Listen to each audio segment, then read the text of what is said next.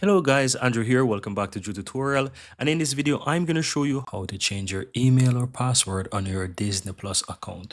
To do that, simply go ahead and hover over account on the upper right and go down to account. Click on that. Here you will be able to manage your account, so you will find the email address and password on this current account.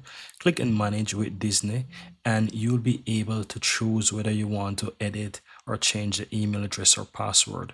Once you choose whichever, you will be able to receive a one-time verification code that will be sent to your email address, and so you want to enter that code within 15 minutes and you'll be able to proceed. Once you're able to proceed, you'll be able to change your password. The same goes for the email address. You'll also receive that as well. So if you want to change the email, you click the edit button, receive the one-time code to your email, and then proceed with continue to be able to change this. And that's it, guys. Very easy and very simple.